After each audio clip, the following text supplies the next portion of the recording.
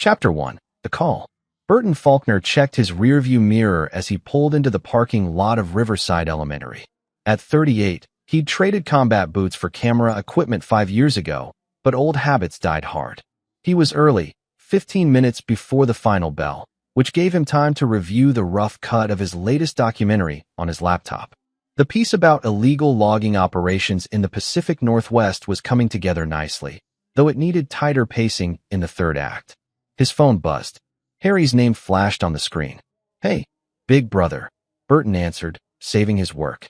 "Burton, thank God." Harry's voice carried that particular strain Burton recognized from their childhood, the sound of their father's disappointment weighing on him. "I know this is last minute, but I'm in a complete bind." Burton watched parents beginning to gather near the school entrance. "What's going on?" "Seattle. The Morningside acquisition is falling apart, and I need to be there in person. Tonight. The problem is..." Harry exhaled sharply. "Mitzi has that gallery opening in Manhattan she's been planning for months. It's her work, Burton. She can't miss it. And Grace. That's why I'm calling. Could you take her? Just 3 days. For at most. I know Deanna's on spring break, and I thought maybe..." Harry slowed down. Burton spotted his daughter emerging from the school building, her backpack covered in pins from various national parks they'd visited. Deanna waved, her dark hair pulled back in a ponytail. "When do you need me?" "Tonight. I can drop Grace off by 7. I know it's asking a lot." "We'll make it work," Burton said, surprising himself with how quickly he agreed. "Deanna will love having her cousin around." The relief in Harry's voice was palpable. "Thank you. Seriously, I owe you big time." After they hung up, Burton replayed the conversation in his mind as Deanna climbed into the passenger seat. Something about Harry's tone bothered him, but he couldn't quite identify what. His brother had always been wound-tight, driven by their father's legacy to prove himself in the corporate world. Burton had chosen a different path, one that had cost him his marriage 3 years ago, but had given him purpose beyond following orders. "Who was that?" Deanna asked, buckling her seatbelt. "Uncle Harry. Grace is staying with us for a few days." Deanna's face lit up. "Really? That's awesome. Can we take her to the aquatic center? Please. I've been dying to go since it reopened." Burton pulled out of the parking lot, considering.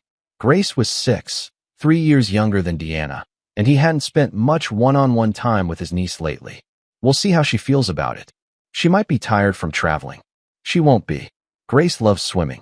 That evening, Harry arrived precisely at 7, his Mercedes idling in Burton's driveway longer than necessary. When he finally emerged, he looked like he'd aged 5 years since Christmas.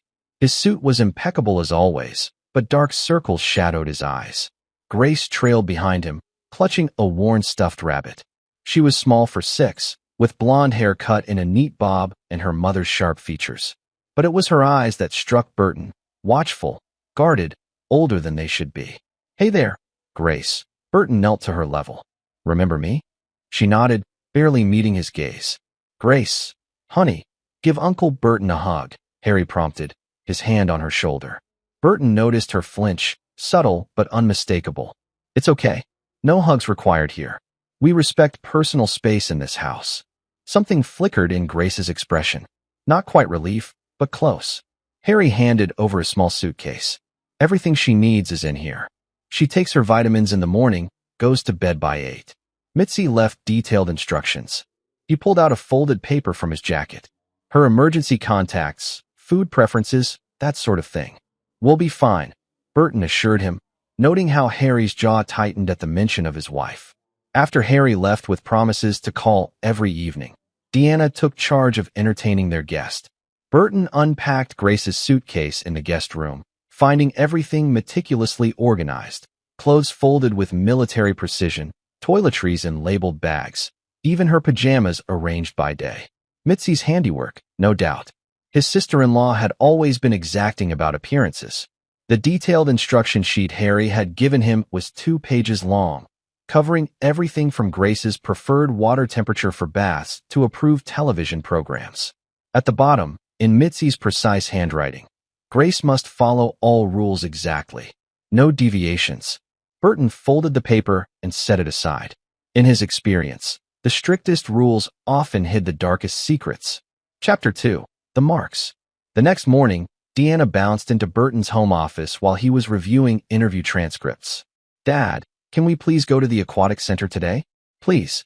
Burton glanced at Grace, who stood behind Deanna, her expression unreadable. What do you think, Grace? Want to go swimming? She looked down at her feet. I don't know if I should. Why not? Mom says the public pool has too many germs. And strangers. Deanna rolled her eyes. Aunt Mitzi sounds like a germaphobe. Dad, tell her it's safe. Burton studied his niece. Have you ever been swimming, Grace? She shook her head. Then we definitely need to fix that. Deanna, help Grace pick out something to wear from the stuff we bought for the lake house. An hour later, they arrived at Riverside Aquatic Center. The facility had been completely renovated, bright, clean, with separate areas for laps, swimming, and family recreation. Deanna immediately headed for the changing room with Grace in tow, chattering about the water slides. Burton changed quickly and waited by the family pool, watching other kids splash and play. He checked his phone. A message from his old Marine buddy, Silas Bruce. Still on for Poker Friday? Before he could respond, Deanna's scream cut through the ambient noise. Dad, come here. Now. Burton's training kicked in instantly. He was moving before conscious thought caught up, crossing the deck to the women's changing area. A mother exiting gave him a sharp look, but Deanna's voice had carried genuine terror. Deanna? In here. She appeared in the doorway, her face pale. You need to see this. I can't. Yes, you can. Please. Burton entered cautiously, finding the area mercifully empty except for Deanna and Grace. His niece stood frozen in her underwear, her back to him, while Deanna hovered nearby looking stricken. Show him, Deanna whispered. Grace slowly turned. Burton's blood went cold. Bruises, dozens of them, in various stages of healing. Some were yellowish-green, weeks old. Others were darker, more recent. They covered her ribs, her shoulders, her upper arms, places normally hidden by clothing. But it was the pattern that made Burton's stomach turn. These weren't the random marks of an active child. They were deliberate, precise, the kind of injuries he'd seen in war zones on victims of systematic abuse. There was also something else, thin white scars on her inner forearms, like from burns. Small, circular, cigarette-sized. I told her she didn't have to hide, Deanna said quietly.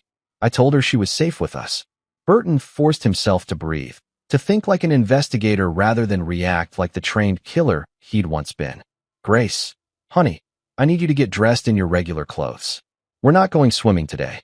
I'm sorry, Grace whispered, tears streaming down her face. I'm sorry. I tried to be good. I tried. Hey. Burton knelt down, careful not to touch her. You didn't do anything wrong. Do you hear me? Nothing. You're safe now. I promise you're safe. Deanna helped Grace dress while Burton stepped outside, his hands shaking. He pulled out his phone and found Silas's number.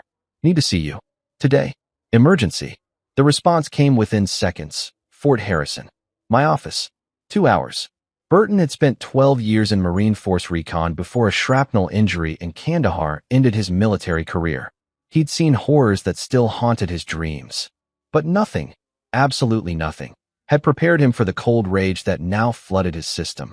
His niece was being abused. Systematically. Deliberately.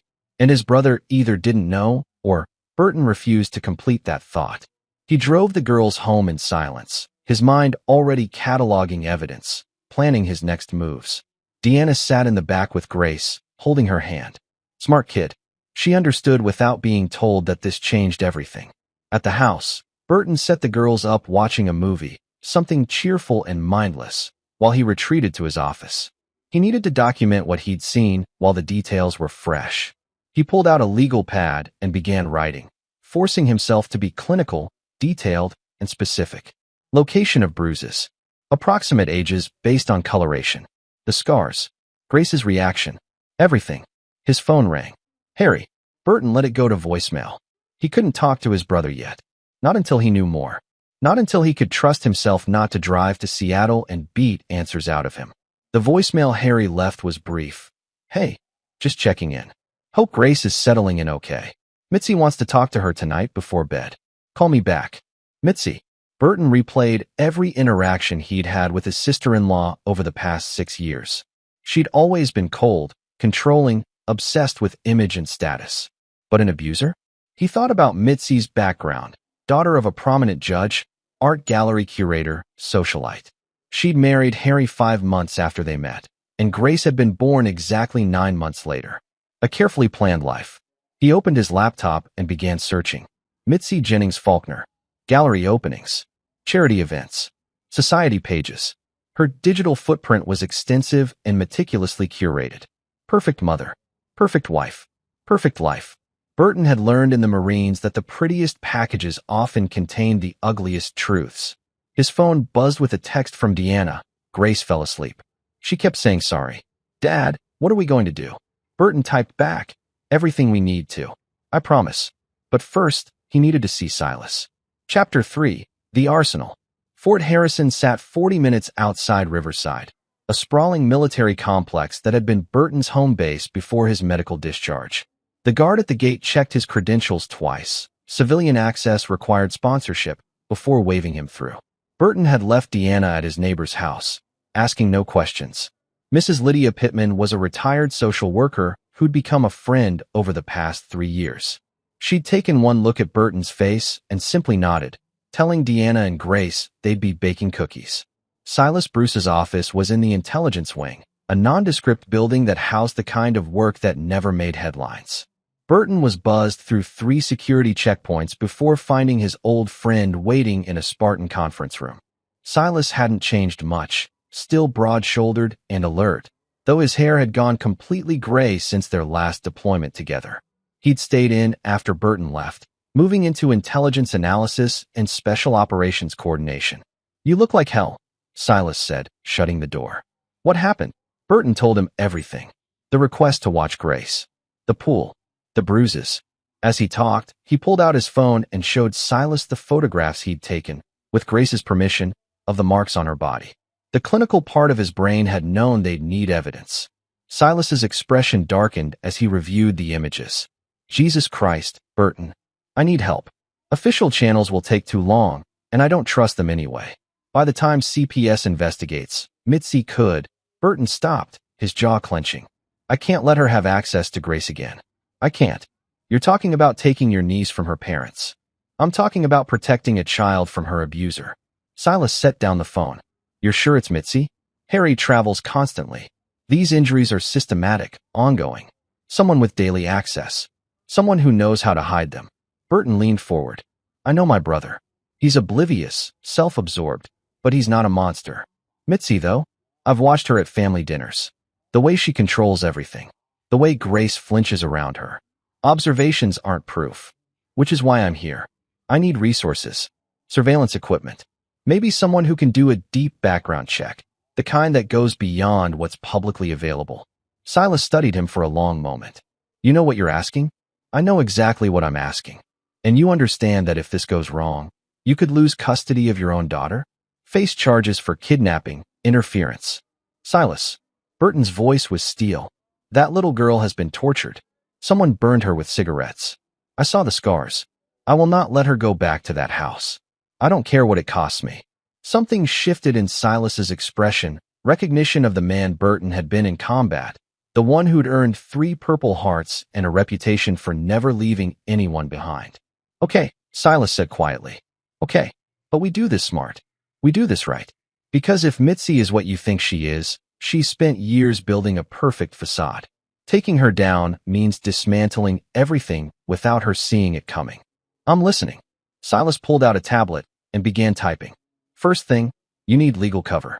Your brother asked you to watch Grace, but that's not custodial guardianship. We need to extend your time with her, buy ourselves a week, maybe 2. Harry's supposed to be back in 4 days. Call him. Tell him your documentary project got moved up. You have to travel for filming. Ask if Grace can stay with you longer since Deanna's off school anyway. Make it seem like you're asking him for a favor instead of the other way around. Burton nodded slowly. He'll agree. Harry hates disappointing people, and Mitzi's probably enjoying the break from parenting. Good. That gives us time. Silas pulled up a form on his tablet. Second, documentation. You need a medical exam for Grace. There's a pediatrician I know, Dr. Spencer Ashley. Former Navy. He understands complicated situations. He can examine Grace, document the injuries officially, in a way that will hold up in court. She's terrified. Getting her to agree to see a doctor. Tell her it's to make sure she's healthy. Tell her your daughter sees him too. Hell, schedule appointments for both girls back to back so Grace feels less singled out. Burton pulled out his phone and made a note. What about investigating Mitzi? That's trickier. She's a private citizen. No warrants, no probable cause. But Silas hesitated. I may know someone who specializes in deep background research. Former intelligence analyst who went private. She's expensive and she doesn't ask questions about how you'll use the information. Set it up. Burton, if she finds something, if Mitzi has a history of this, you still need to be careful. A good defense attorney will tear apart anything that looks like you went digging for dirt. I don't want dirt. I want the truth. Burton stood, pacing the small room. Somewhere in Mitzi's past, there's a pattern. People like her don't just wake up one day and start abusing children. There's always something earlier. Sealed juvenile records. Rumors. Something. Silas saved something on his tablet. I'll make the calls. But Burton, one more thing. You need to consider that Harry might not believe you. Or worse, he might choose Mitzi over Grace. The thought had been gnawing at Burton since they'd left the aquatic center. My brother isn't perfect, but he loves his daughter. Does he? Or does he love the idea of his perfect family? Burton had no answer for that. They spent another hour planning. Silas provided Burton with a small package, surveillance equipment disguised as everyday objects, a secure phone that couldn't be traced, contact information for Dr. Ashley and the private investigator. All technically legal, all completely deniable if things went sideways. One last thing, Silas said as Burton prepared to leave. What's your endgame here? Let's say we prove Mitzi's abusing Grace. What then? You go to the police, they arrest her, Harry gets custody. You really think your brother can protect Grace if he didn't notice what was happening under his own roof? Burton had already considered this. Then I fight for custody myself. Full guardianship. Harry can have visitation, but Grace doesn't go back to that house. Family court will crucify you. Single father, demanding work schedule, no blood relation as strong as a parent's. I don't care. I will burn down my entire life to keep that child safe. Burton met Silas's eyes. You remember Fallujah? That house with the kids. Silas's expression went distant. They'd found 3 children locked in a basement, the product of an insurgent cell using them as leverage. Burton had disobeyed direct orders to extract immediately, instead spending 6 hours defusing booby traps to get them out safely. The op had earned him a commendation and a formal reprimand. I remember, Silas said quietly. This is the same thing. Different battlefield, same stakes. Then I'm with you. All the way. They shook hands, not the casual grip of friends, but the firm clasp of warriors entering combat together. Burton drove back to Riverside as the sun set, his mind already working through scenarios and contingencies. He called Harry from the car. Hey, sorry I missed you earlier, Burton said when his brother answered. Been a crazy day. No problem. How's Grace? She's great. Listen, something came up. My Yellowstone piece got fast-tracked. Network wants it for a special they're doing next month. I need to head up there for filming, but the girls are having such a good time together. Burton let the pause hang. Any chance Grace could stay longer? Maybe through next week? I hate to ask. Actually, that would be perfect. The relief in Harry's voice was immediate. This Seattle situation is turning into a nightmare. I might need to stay through the weekend, and Mitzi's got another gallery event lined up in Boston. She was already stressing about logistics. So it's okay? More than okay. Thank you, Burton. Seriously, you're saving us. After they hung up, Burton gripped the steering wheel hard enough to make his knuckles white. His brother had just handed over his daughter for an extended stay with barely a question asked. No concern about how Grace felt. No asking to speak with her. Just relief at having the problem solved. Maybe Silas was right. Maybe Harry did only love the idea of his perfect family.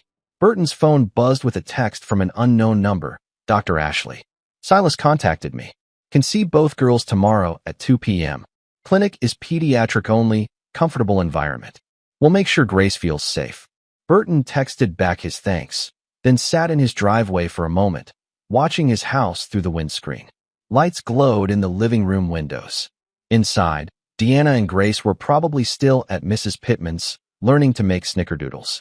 He thought about the scars on Grace's arms, the bruises hidden under her clothes, the way she'd apologized for something that wasn't her fault. Mitzi Jennings Faulkner had carefully, deliberately hurt a 6-year-old child. And somewhere in her past, Burton was certain there were others. People didn't become monsters overnight.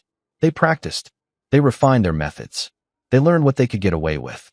Burton was going to find every single thing Mitzi had ever done wrong. And then he was going to use it to make sure she never hurt another child again. He documented war crimes in Afghanistan, exposed corruption in the logging industry, brought down a human trafficking ring while filming in Southeast Asia. Taking down one abusive socialite should be easy. But as he walked into his house and heard Grace's tentative laughter coming from the kitchen, Burton knew this was different. This was personal. And personal meant he had to be even more careful, even more thorough. Because if he failed, Grace went back to her mother. And that was not an option Burton would accept. Chapter 4, Fractures. Dr. Spencer Ashley's pediatric clinic occupied a converted Victorian house on Riverside's historic east side, painted cheerful yellow with a playground visible through the side yard. Burton had called ahead to explain the situation in vague terms. A concerned uncle, unusual bruising, need for documentation. Spencer had simply said, "Bring her in. We'll take care of it." Deanna went first, creating normalcy. She chatted easily with the nurse, a friendly woman named Claire Morales who asked about school and hobbies. Grace watched from Burton's lap, her body tense. When it was Grace's turn, Burton walked with her into the examination room. Dr. Ashley was younger than Burton expected, maybe early 40s, with an easy manner and kind eyes. "Grace, I'm Dr. Spencer," he said, pulling up a rolling stool. "Your Uncle Burton told me you've been feeling okay, but I like to check on all my patients just to make sure. Is it all right if I take a look?" Grace glanced at Burton, who nodded encouragingly. The examination took 30 minutes. Spencer was gentle, methodical, explaining each step.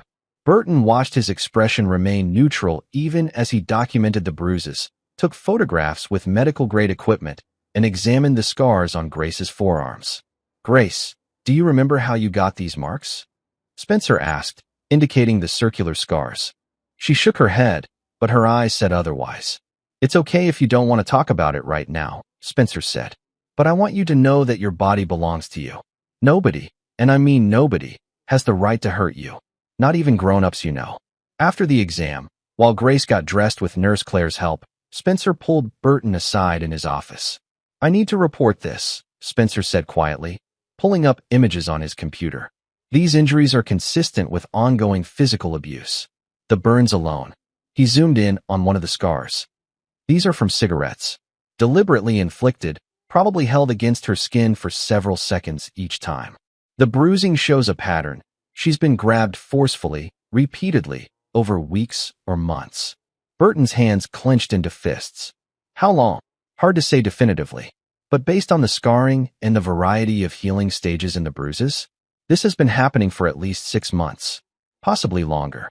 "Can you hold off on the report? Give me 48 hours. Spencer's eyes narrowed. "Why?" "Because if CPS shows up at my brother's house right now, the abuser, Grace's mother, will lawyer up, deflect, and Grace will end up back in her custody while the system investigates. I need evidence. Real evidence. Not just medical documentation, but proof of who did this and a pattern that shows she's done it before. That's not how the system works. The system failed to notice this was happening. The system will send Grace home and hope for the best." Burton leaned forward. "Give me 2 days. I have resources. I have people working on this. Let me build a case that's airtight." Spencer studied him for a long moment. "Silas vouched for you. Said you're one of the good ones." "I am. 48 hours. That's it. Then I'm legally obligated to report regardless of what you've found." That evening, Burton received a package via courier, a burner laptop, and an encrypted flash drive. The accompanying note read only, "Everything's here." After the girls went to bed, Burton opened the files. Silas's contact had been thorough. Mitzi Jennings Faulkner, age 33, born in Charleston to Judge Franklin Jennings and his wife Harriet. Only child. Private schools, Vassar education, prestigious art history degree. Seemingly perfect background. But there were gaps. Small inconsistencies in the timeline. At age 16, Mitzi had been sent to a therapeutic boarding school in Utah for 18 months. The official records were sealed, but there were fragments. A lawsuit filed by another student's parents, dismissed. A therapist's name. References to behavioral concerns. Burton dug deeper. The boarding school had been shut down 5 years ago following allegations of abuse. But before that, it had been a dumping ground for wealthy families dealing with difficult children. The kind of place where troubled teens were sent to be fixed. What had Mitzi done to be sent there? He found more gaps in her college years. A semester abroad that ended abruptly. A sorority membership revoked. Nothing concrete, just whispers and holes in an otherwise pristine record. Then, at age 24, Mitzi had worked as a nanny for a family in Manhattan. The job lasted only 3 months before she was dismissed. Burton found the family name, Woodward. Francisco Woodward and his wife Terry. They had 2 children. Burton's investigative instincts screamed at him. He opened a new search window and started digging into the Woodwards. 2 hours later, he sat back, his heart pounding. 3 months after Mitzi left their employment, the Woodwards' youngest child, a 4-year-old boy, had been hospitalized with suspicious injuries. Broken arm, bruising. The parents had blamed a babysitter, who was eventually cleared. The case had gone nowhere. Burton pulled up everything he could find on that hospitalization. The medical reports weren't publicly available, but he found news articles. The family's anguish. Their confusion over how their son had been hurt. The timing was too coincidental. He expanded his search, looking for any other families Mitzi had worked with before marrying Harry. 2 more names emerged. One in Boston, one in D.C. Both families had young children. Both jobs ended abruptly with vague explanations. Burton needed to talk to these families. But approaching them directly would alert Mitzi if she was monitoring anything. He needed a cover story, a reason to contact them that wouldn't raise suspicions. His phone buzzed. A text from an unknown number. "This is Dina Thomas. Silas said you might need surveillance help. Former Army intelligence. Available if you need eyes on someone." Burton considered. Having someone watch Mitzi's movements could be valuable, especially if she suspected anything. But she was in Boston this week, supposedly for a gallery event. He texted back. "Need background research more than surveillance right now. Can you find people who worked with the target? Make contact without alerting her?" The response came quickly. "That's my specialty. Send me what you have." Burton encrypted the files on Mitzi's past employment and sent them through a secure portal. Then he turned his attention to Harry.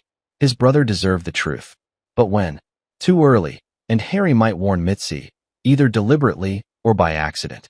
Too late, and Burton would lose any chance at cooperation. He pulled out his phone and called Harry. "Hey," his brother answered, sounding exhausted. "Everything okay?" "Yeah, fine. The girls are asleep." "How's Seattle?" "A disaster. We might lose the entire acquisition." Harry paused. "Actually, I'm glad you called. Mitzi wants to video chat with Grace tomorrow. Can you set that up?" Around noon. Every instinct Burton had screamed at him to refuse. But cutting off contact would raise immediate red flags. "Sure," he said carefully.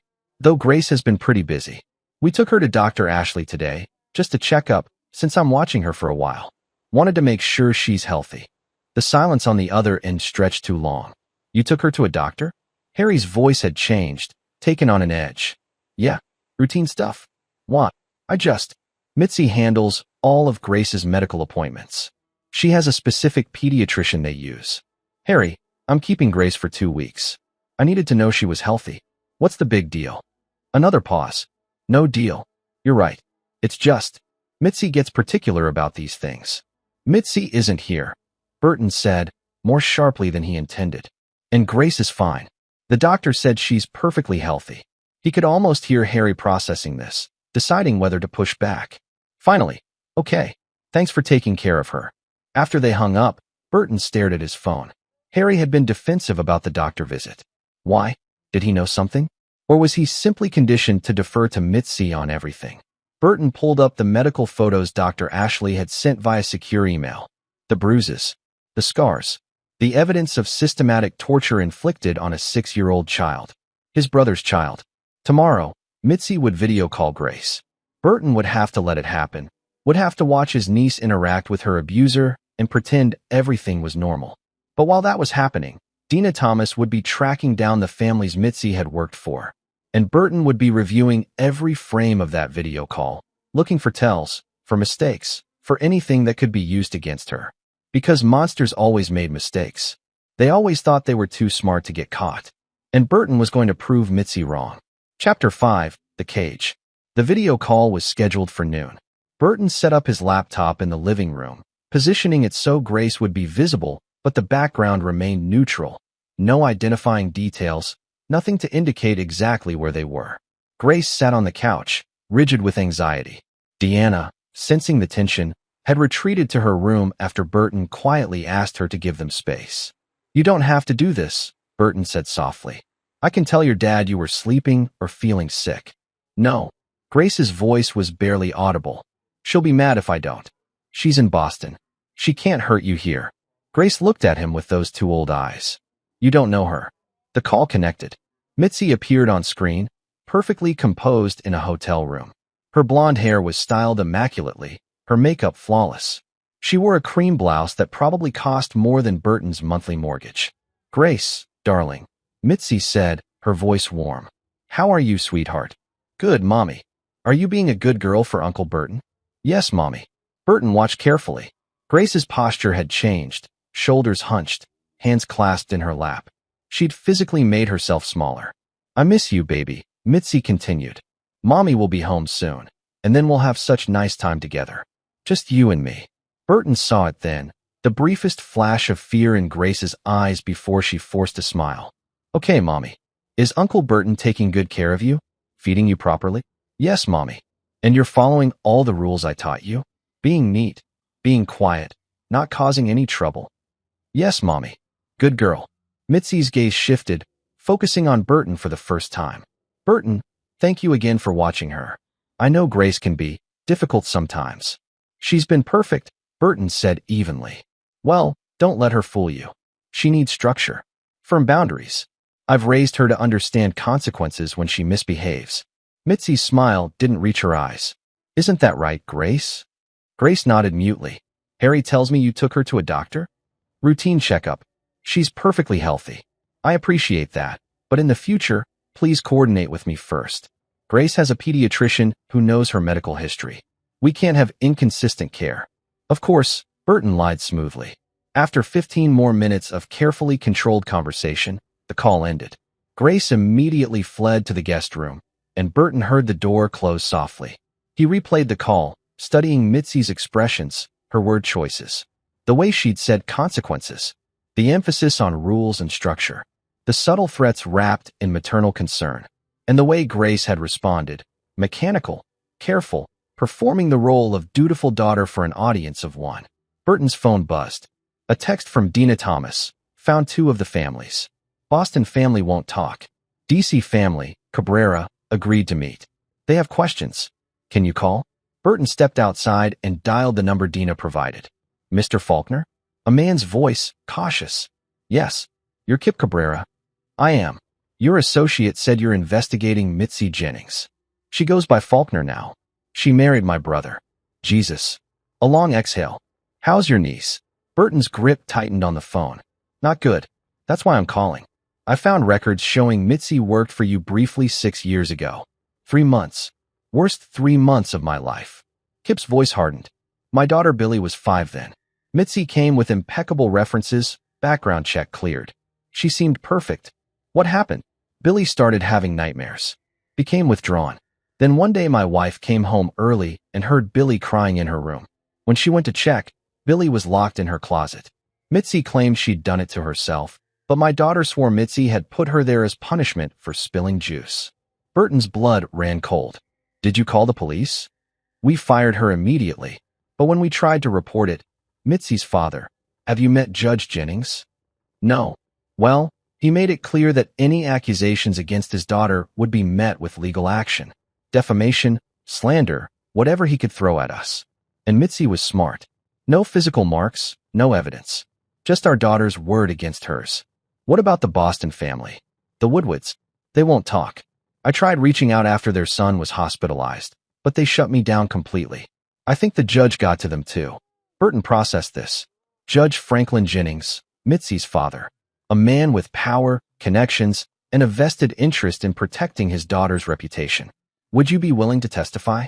Burton asked. "If I can build a case against her? For your niece?" "Absolutely. But Faulkner, you need to understand what you're up against. The Jennings family is connected. They've spent years burying anything that makes Mitzi look bad. If you come at her directly, they'll bury you too. Then I won't come at her directly. After the call, Burton sat on his porch steps, thinking. Mitzi had a pattern. Multiple families, multiple incidents, all quietly suppressed. Her father had created a safety net, allowing her to abuse without consequences. But Judge Jennings couldn't suppress everything. And he couldn't control what happened outside his jurisdiction. Burton needed something undeniable. Something so public, so documented, that even a judge couldn't make it disappear. His phone rang. Silas. I found something, Silas said without preamble. The boarding school Mitzi attended? I pulled some strings, got access to sealed records. And she was sent there after she nearly killed another girl at her private school. Put her in the hospital. The girl's parents were paid off, charges were never filed, and Mitzi was quietly sent away. Burton's hands clenched. How old was she? 16. The victim was 13. Jesus Christ. It gets worse. The incident report from the school says it wasn't the first time. There were other students who reported being bullied, hurt. But Mitzi's father always made it go away. So she's been doing this for nearly 20 years. At least. And she's gotten better at hiding it.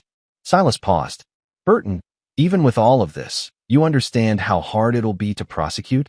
Everything's sealed, buried, or dismissed. And she's been careful with Grace. No hospital visits, no witnesses. I know. So what's your plan? Burton watched a car pass on the street, its occupants oblivious to the conversation happening on his porch. I'm going to make her confess. How? By giving her exactly what she wants. Chapter 6. The Trap.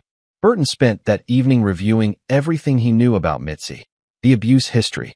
The pattern of targeting young children. The protection afforded by her father's influence. But most importantly, her psychology. Abusers like Mitzi operated on control. They needed to dominate, to instill fear, to watch their victims submit. And they were arrogant, convinced of their superiority, their right to inflict pain. That arrogance was the weakness Burton would exploit. He called Harry the next morning. Hey, I need your advice, Burton said, manufacturing concern in his voice. Grace has been acting strange. Strange how? Nightmares. She wakes up crying. And she keeps apologizing for things that aren't her fault. Is that normal for her? Harry's silence stretched. Mitzi mentioned she's been going through a phase. Growing pains, that sort of thing. What kind of phase involves a 6-year-old having panic attacks? She has panic attacks? Harry sounded genuinely shocked. You didn't know? Harry trailed off. I'm traveling a lot. Mitzi handles most of the day-to-day stuff with Grace. She said everything was fine. Burton pressed his advantage. Maybe you should come home early. Check in on your daughter yourself. I can't. This acquisition is at a critical point. Burton, is Grace okay? Do I need to? She's safe here. I just think maybe her parents should be more present in her life. The barb hit home. Harry's voice tightened. Are you judging my parenting? I'm observing that your daughter has issues you don't know about. They ended the call tersely. Burton felt a twinge of guilt. Harry wasn't the enemy here. But he needed his brother off balance, questioning things. That afternoon, Dina Thomas called with an update. I found something interesting, she said. Mitzi's gallery opening in Boston? It's legitimate, but I did some digging into her recent purchases. She bought a plane ticket to Riverside for tomorrow night. What? United Airlines, Flight 437, arrives at 9:47 p.m. She didn't tell anyone she was coming. Burton's mind raced. Why would Mitzi make a surprise visit? Unless she knows something, Burton said slowly. The doctor visit spooked her. Or she's checking up on Grace. Abusers do that. They need to maintain control, even from a distance. Can you meet her at the airport? Follow her. Already planning on it. Burton hung up and immediately started planning. If Mitzi was coming to Riverside, he needed to be ready. He pulled out the surveillance equipment Silas had provided. Miniature cameras, audio recorders, devices small enough to hide anywhere. He also called Mrs. Lydia Pittman next door. Lydia, I need another favor. Can the girls have a sleepover at your place tomorrow night? Of course, dear. Is everything all right? It will be. I promise. That evening, Burton sat Grace down in the living room. Deanna was at a friend's house, giving them privacy. Grace, I need to ask you some difficult questions, Burton said gently. And I need you to be honest with me. Can you do that? She nodded, her small hands folded in her lap.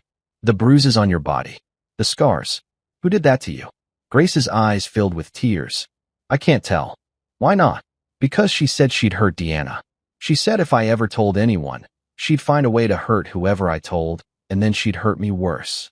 Burton's vision narrowed. Your mother said that? Grace nodded, tears streaming down her face. She said it's my fault. That I'm a bad girl who needs to learn. That if I was better, she wouldn't have to punish me. Grace, listen to me. Burton knelt in front of her. None of this is your fault. Not one bit. Your mother is lying to you.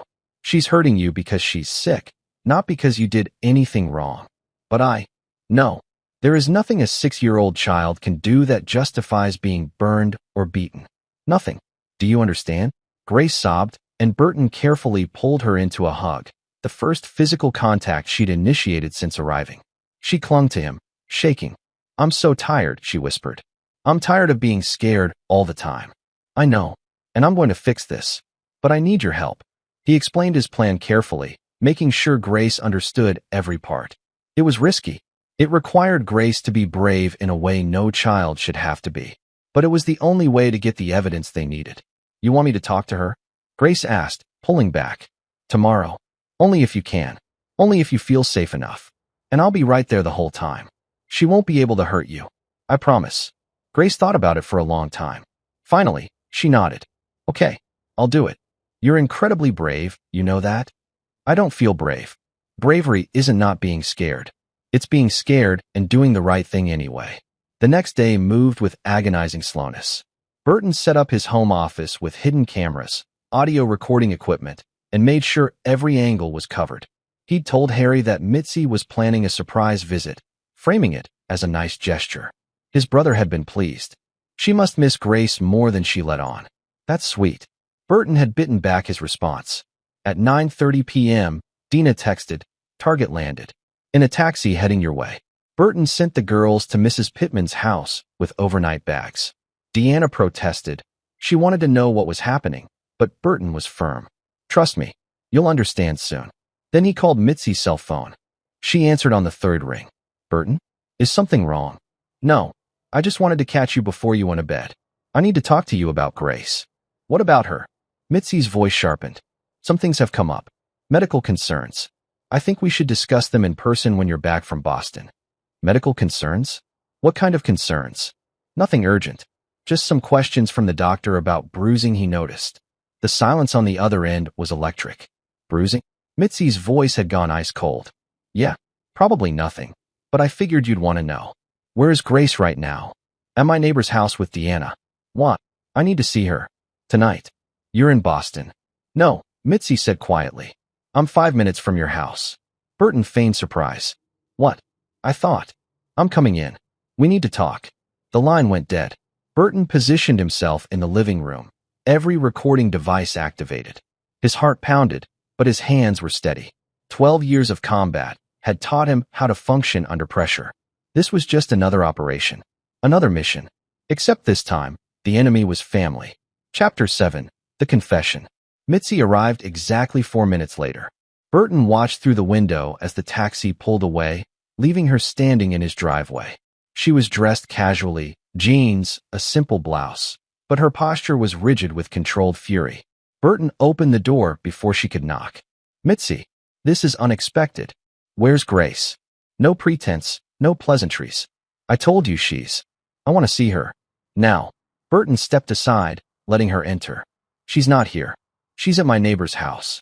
Mitzi spun to face him, her eyes blazing. You said she had medical concerns. I need to see my daughter. Actually, I think we should talk first. About those concerns. There's nothing to talk about. Children get bruises. They fall, they play rough. Any competent doctor would know that. These weren't from playing. Burton's voice was calm, measured. They were deliberate, patterned. And there were burns. Circular burns, like from cigarettes. Mitzi's face went carefully blank. That's absurd. Grace has never been burned.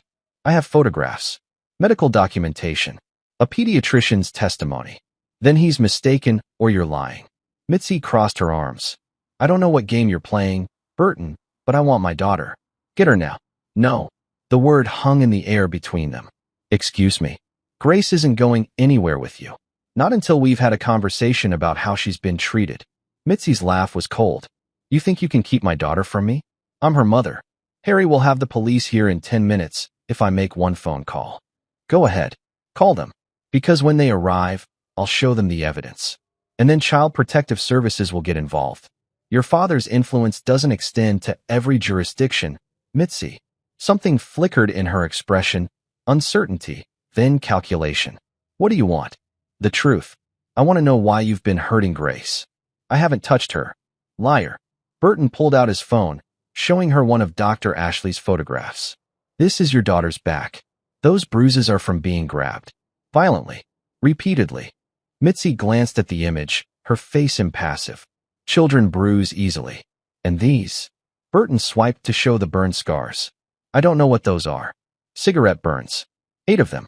All inflicted within the past few months. Then someone else did it. A teacher, a babysitter. You're the one with daily access. You're the one who controls every aspect of her life. Burton stepped closer. I talked to the Cabreras. I know what you did to their daughter.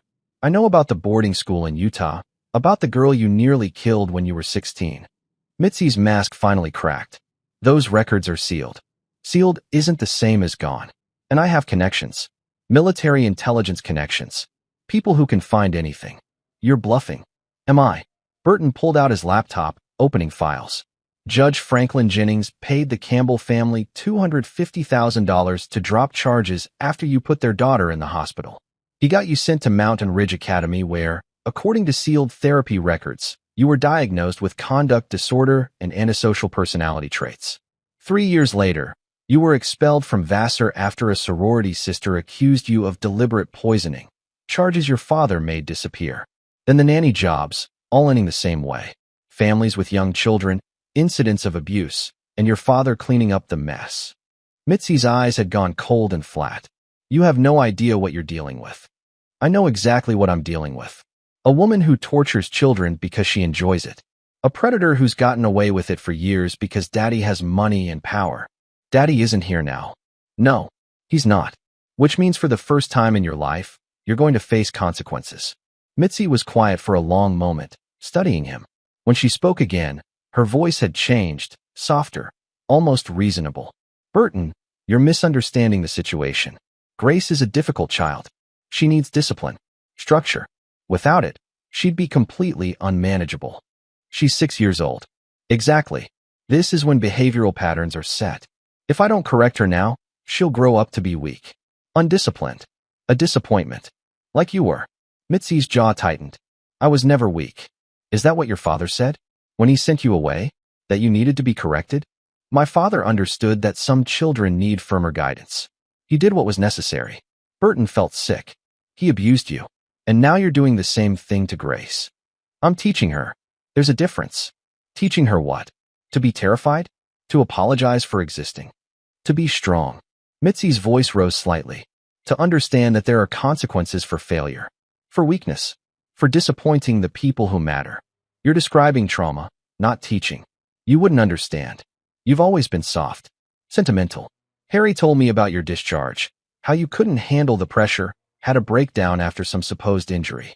I was hit by shrapnel from an IED that killed 3 of my men. And you fell apart. Couldn't continue. That's weakness, Burton. That's exactly what I'm trying to prevent Grace from becoming. Burton's hands clenched into fists, but he kept his voice level. So you burn her. You beat her.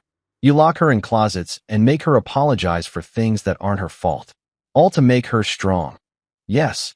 Mitzi met his eyes without flinching. Because the world is cruel. Better she learns it from someone who cares than from strangers who won't. You don't care about Grace. You're using her to work out whatever damage your father did to you. My father made me who I am. A child abuser. A realist. Mitzi stood straighter. And none of this matters because you can't prove any of it. Medical reports show bruises. So what? Kids get bruises. Your supposed testimonies from other families? All circumstantial. And any sealed records you think you have access to won't be admissible in court. You seem very confident about that. I am. Because I've been doing this for a long time, Burton. And I've never been caught. She smiled. A cold, calculating expression. Even if you go to the police, even if you try to keep Grace from me, the courts will side with the mother. They always do. And Harry will support me because he always supports me.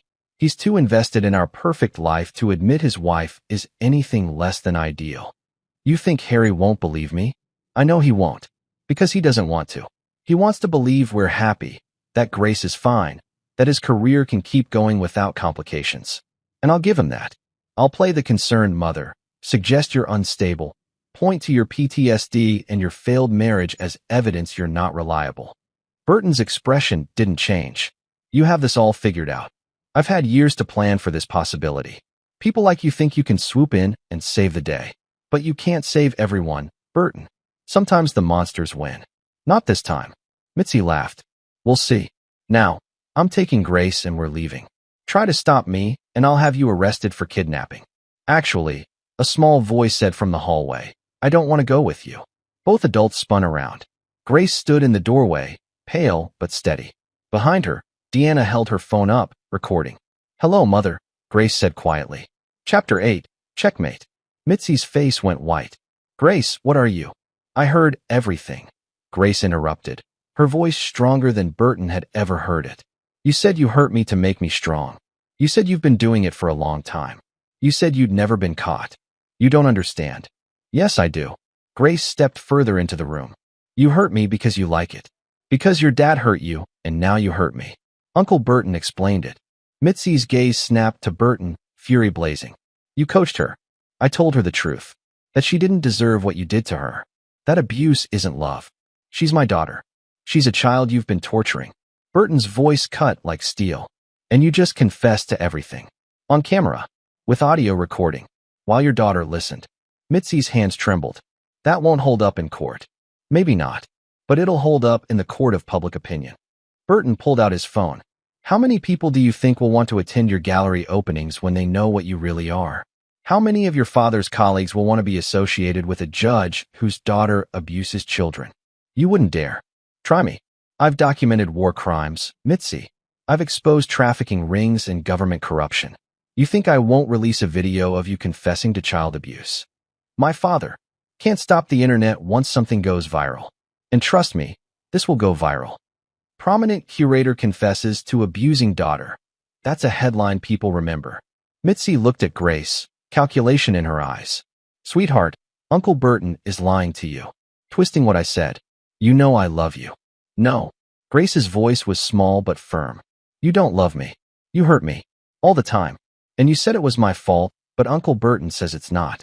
And I believe him. Grace, I'm not going home with you. Ever. Mitzi lunged forward, but Burton was faster. He stepped between her and Grace, his combat training evident in the fluid movement. Don't, he said quietly.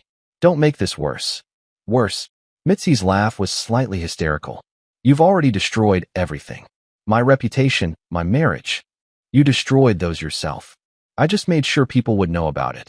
The fight seemed to drain out of Mitzi. She sank onto the couch, her perfect composure finally cracking. What do you want? I want you to sign over full custody of Grace to Harry. I want you to enter therapy, real therapy, not whatever your father arranged before. And I want you to stay away from your daughter. And if I refuse, then I release the recording. I contact every family you've ever worked for. I make sure everyone knows exactly what you are. That's extortion. That's justice. Choose. Mitzi stared at him, hatred in her eyes. But she was cornered and she knew it. Harry will never agree to this. Harry will do what's best for his daughter. Once he sees the evidence, once he hears what you said tonight, he'll understand. He loves me.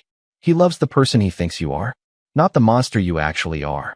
Burton pulled out a pre-prepared document, custody agreement, therapy requirements, restraining order stipulations. Everything vetted by a lawyer Silas had connected him with. Sign it. Now. Mitzi took the papers with shaking hands.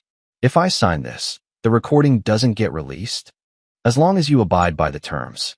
The moment you try to contact Grace, the moment you violate any part of this agreement, everything goes public. You can't watch me forever.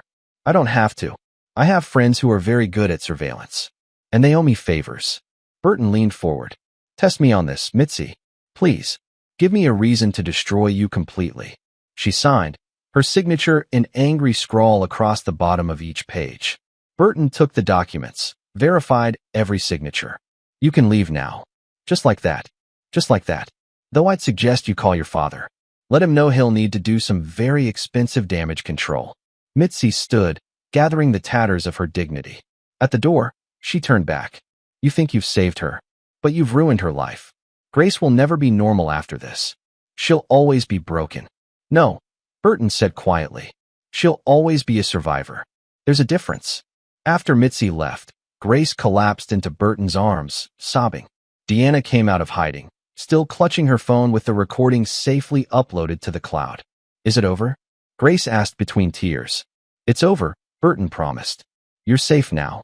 But even as he held his niece, Burton knew the hardest part was still coming. He had to tell Harry. Chapter 9, Aftermath. Harry arrived on a red-eye flight the next morning, summoned by Burton's cryptic text. Come home immediately. It's about Grace. And Mitzi. Burton met him at the door, exhausted. He'd spent the night reviewing the recordings, preparing documentation, and consulting with lawyers about the custody agreement Mitzi had signed. Where's Grace? Harry demanded, pushing past him. Asleep upstairs with Deanna. She's safe. Burton, what the hell is going on? I've been calling Mitzi for hours. She's not answering. Her hotel in Boston says she checked out yesterday. Sit down, Harry. Something in Burton's tone made his brother comply. Harry sank into the armchair, his face drawn with stress and lack of sleep. I'm going to show you something, Burton said carefully. And it's going to be difficult to watch, but you need to see it. He pulled up Dr. Ashley's medical photographs on his laptop. Harry's face went from confusion to horror as Burton explained what each image showed. The bruises in various stages of healing, the burn scars, the evidence of systematic abuse. No, Harry whispered. No, there has to be an explanation. There is. Mitzi has been abusing Grace for months. Maybe longer. That's impossible. Mitzi loves Grace. She's a perfect mother. She's a monster, Harry. Burton's voice was gentle but firm. And I can prove it. He showed Harry everything. The background research on Mitzi's past. Testimonies from the Cabrera family. The sealed records from the boarding school. And finally, the recording from the previous night. Mitzi's confession, her cold justifications, her admission that she'd been hurting Grace deliberately. Harry watched it all in silence, his face getting paler with each revelation. When the recording ended, when Mitzi's voice sang, I've never been caught, echoed in the quiet room. Harry made a sound like he'd been punched. I didn't know, he said hoarsely. Burton, I swear to God, I didn't know. I believe you. How did I not see this? I'm her father. I should have. Harry pressed his palms against his eyes. Jesus Christ. All those business trips. All those times I prioritized work over being home. What kind of father am I? The kind who can make it right now. Grace needs you, Harry. She needs a father who will protect her. From her own mother. Harry's laugh was bitter. My wife. The woman I've been married to for 7 years. I slept next to her every night and never knew she was capable of this. Abusers are good at hiding. Mitzi's had years of practice. Where is she now? Gone. She signed over custody to you last night. Full custody with no visitation rights. She's also required to enter therapy and stay away from Grace. Why would she agree to that? Because I gave her a choice, sign the papers, or have her confession go public. She chose self-preservation. Harry was quiet for a long time, processing. Finally, what happens now? Now you step up. Grace is going to need therapy. Real therapy with someone who specializes in childhood trauma. She'll need time, patience, and a father who puts her first. I don't know if I can do this alone. You're not alone. I'm here. Deanna's here. We're family. Mitzi was family too. Mitzi was a predator who wore the mask of family. There's a difference. Burton leaned forward. Harry, I know this is devastating, but you have a choice now. You can fall apart, or you can be the father Grace needs. What's it going to be? Harry wiped his eyes, straightening in the chair. Burton saw something shift in his brother's posture, the same determination their father had drilled into both of them, but directed at something that actually mattered. I'm going to be her father. The father I should have been all along. Over the next weeks, life slowly found a new rhythm. Harry took a leave of absence from work, moving temporarily into Burton's guest room so Grace wouldn't have to return to the house she'd been hurt in. He put their family home on the market and started searching for a new place, somewhere with no memories of Mitzi. Grace began seeing Dr. Lydia Pittman, who'd revealed she still maintained her license and specialized in childhood trauma. The sessions were difficult, painful, but gradually Grace started opening up. She laughed more. She played with Deanna without constantly looking over her shoulder. She was learning what it felt like to be safe. Harry attended every session, learning about what his daughter had endured and how to help her heal. Burton watched his brother transform from a distracted executive into a present, engaged father. It wasn't perfect. Harry still struggled with guilt, with anger at himself for missing the signs. But he showed up. Every day he showed up. Mitzi filed for divorce, claiming irreconcilable differences. Harry didn't contest it. His lawyers, Burton had connected him with the same firm Silas had recommended, ensured the settlement protected Grace's interests. Mitzi got assets, but nothing that would allow her continued contact with her daughter. Judge Franklin Jennings tried to intervene, threatening legal action against Burton for defamation and harassment. But Burton's evidence was ironclad, his recordings obtained legally, and he had witnesses willing to testify. The judge eventually backed down, quietly arranging for Mitzi to enter a private psychiatric facility in Switzerland. Out of sight, out of mind. Burton never released the recordings publicly. He'd made Mitzi a promise, conditional on her compliance, and he kept it. But he kept copies backed up in multiple secure locations. Insurance, in case she ever tried to come back. 3 months after that night, Burton found Grace sitting on his porch steps, watching Deanna practice skateboard tricks in the driveway. Harry was inside, making dinner. He'd discovered a talent for cooking that surprised everyone. "How are you doing?" Burton asked, settling beside his niece. "Better," Grace said quietly. "Dr. Pittman says it'll take time, but I'm getting better." "You are. I can see it." "Uncle Burton." Grace looked up at him with those eyes that were finally starting to look like a child's again. "Thank you for saving me." "You saved yourself, Grace. You were the one who stood up to her. You were the brave one." "I was scared." "Being scared doesn't mean you weren't brave." "Some of the bravest people I've ever known were terrified when they did the right thing." Grace leaned against his shoulder, and Burton put his arm around her carefully. She didn't flinch anymore at casual touch, didn't apologize for taking up space. Small victories, but they meant everything. "Do you think I'll be normal?" Grace asked. "Like other kids?" Burton considered the question carefully. "I think you'll be extraordinary. Not despite what happened, but because you survived it. You're stronger than you know." That's what she used to say? That she was making me strong. No, she was breaking you. You made yourself strong by refusing to break. Inside, Harry called that dinner was ready. Grace hopped up, running to the door with some of the energy a 6-year-old should have. Burton followed more slowly, watching his brother and niece interact with a gentleness that was still new but growing stronger. He thought about Mitzi, wherever she was. Part of him hoped she was getting real help, learning to understand the damage she'd inflicted. The larger part didn't care. She'd hurt a child, his niece, and she'd been stopped. That was what mattered. His phone buzzed. A text from Silas. "How's the documentary business?" Burton smiled. He'd put several projects on hold during this crisis, but he was getting back to work. There were still stories to tell, injustices to expose, truth to bring to light. He typed back, "Good. But I'm considering a new focus, child welfare reform. Closing the gaps that let abusers slip through. Knew you couldn't stay out of the fight. Coffee next week?" "Absolutely." Burton pocketed his phone and joined his family for dinner. Around the table, Harry talked about the new house he'd found, near Riverside Elementary, with a big backyard and a porch swing. Deanna chattered about her upcoming school play. Grace added small comments, still learning how to be part of normal conversations without fear.